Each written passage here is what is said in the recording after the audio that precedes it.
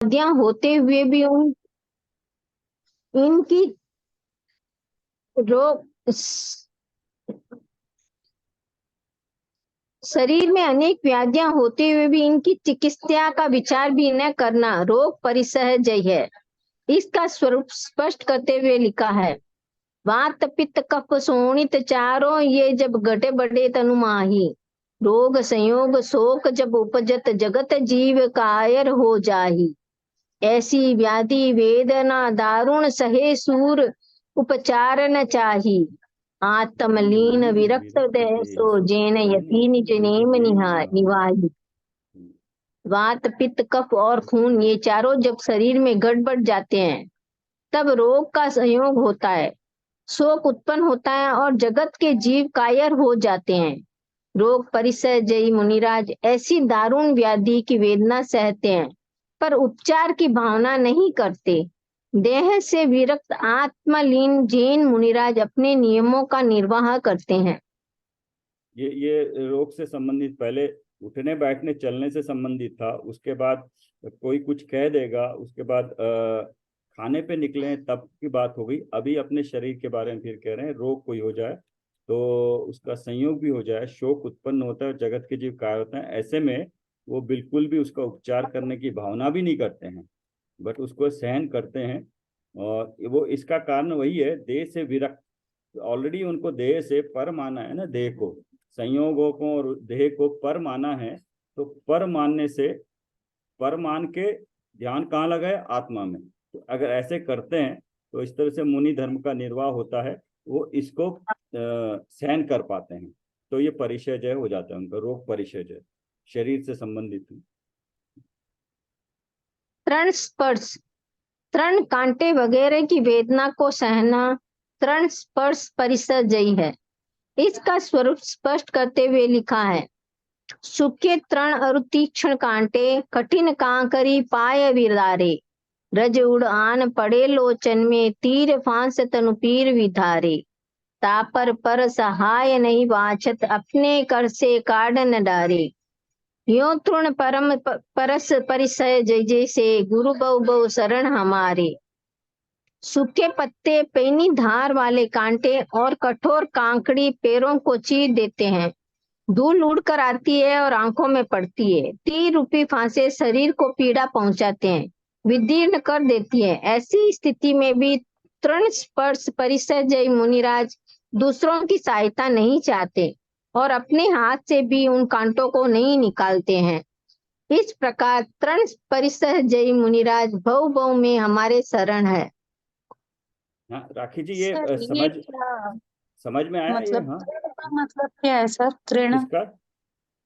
तृण मतलब वो पतली जो लकड़ी होती है वो तृण, सबसे फर्स्ट है ना तृण स्पर्श। हाँ सूखे तृण, हाँ अरु तीक्ष्ण कांटे। सूखे तृण एक्चुअली क्या, हाँ पत्ती होगा, ये सूखे पत्ते हैं। सूखे पत्ते सूखने के बाद उसको पतला सा हो जाता है, वो चुभता है तो उसे कट सकता है। तो सूखे तृण, सूखे पत्ते नीचे दिया है, पैनी धार जो वाले झाड़ू कांटे। के फूस होते हैं ना वैसा। तो यहाँ पर उस तरह की शरीर को जो भी पीड़ा देने वाली अवस्थाएं होती हैं, ऐसी स्थिति में भी मुनिराज दूसरों की सहायता नहीं चाहते हैं। दूसरा है, अपने हाथ से भी उन कांटों को नहीं निकालते हैं। अगर सर ये चलते, बात नहीं समझ में आई, हम्म, ये क्यों नहीं करते सर? वो तो अगर कांटा दिख रहा है तो उसको क्यों नहीं निकाल रहे हैं? नहीं वो भी नहीं निकालेंगे वो। अपने हाथ से भी नहीं निकालते हैं ना, दूसरों को कांटों को ही निकलवाते हैं। तो अगर सर वो फिर अंदर चला नहीं जाएगा क्या? जो भी होगा शरीर से संबंधित, इसलिए जनरली देखा होगा आपने, मुनिराज ये तो दिया है, मुनिराज के साथ संग चलता है तो ये सारी चीजों का वो लोग ध्यान रखते हैं, रखना भी चाहिए। बट अगर हो भी जाता है तो वो किसी से बोलते नहीं है। कोई अगर देख लेता है, निकाल देता है, वो दूसरी बात अलग है, उनके साथ संग में कोई और है, बट वो ऐसी भावना नहीं बहाते हैं, ना किसी को कहते हैं।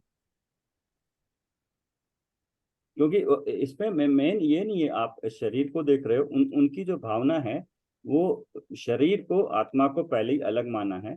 और इसलिए जो शरीर के साथ जो भी होता है वो शरीर को नहीं मानते हैं, उसको कहते हैं अपना वेदनीय कर्म का उदय हुआ। और वेदनीय कर्म किस कारण से हुआ, मेरी अपने पुराने कर्मों के कारण से हुआ, लेकिन अभी वो मिथ्यात्व का उनको नहीं होने से, मिथ्यात्व का उदय नहीं होने से उसको वो पर ही मानते हैं। तो दर्द को भी ज्ञाता दृष्टा बनकर देखने से उसमें उसको वो झेल पाते हैं।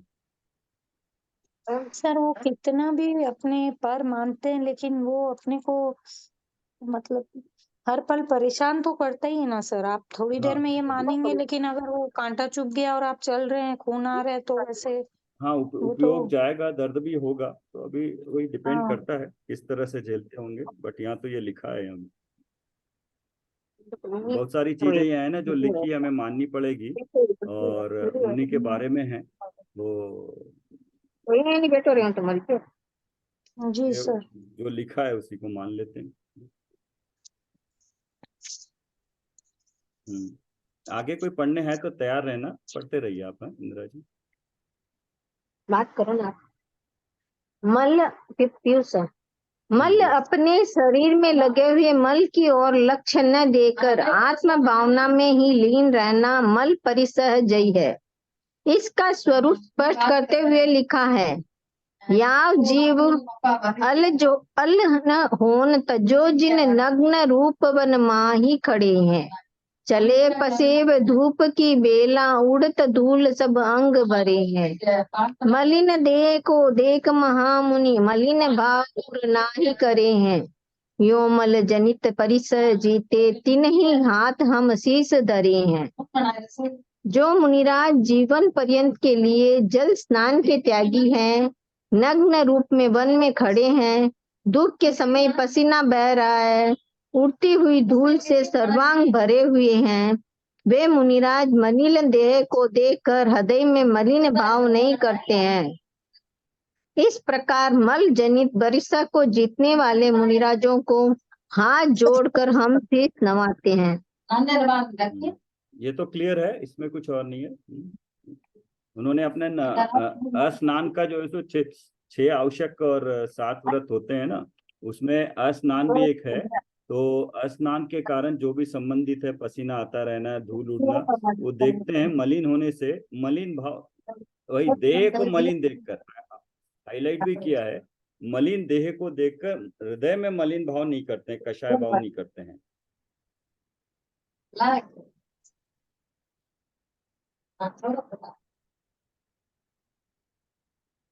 अभी रीजॉइन के बाद पढ़ते हैं क्या?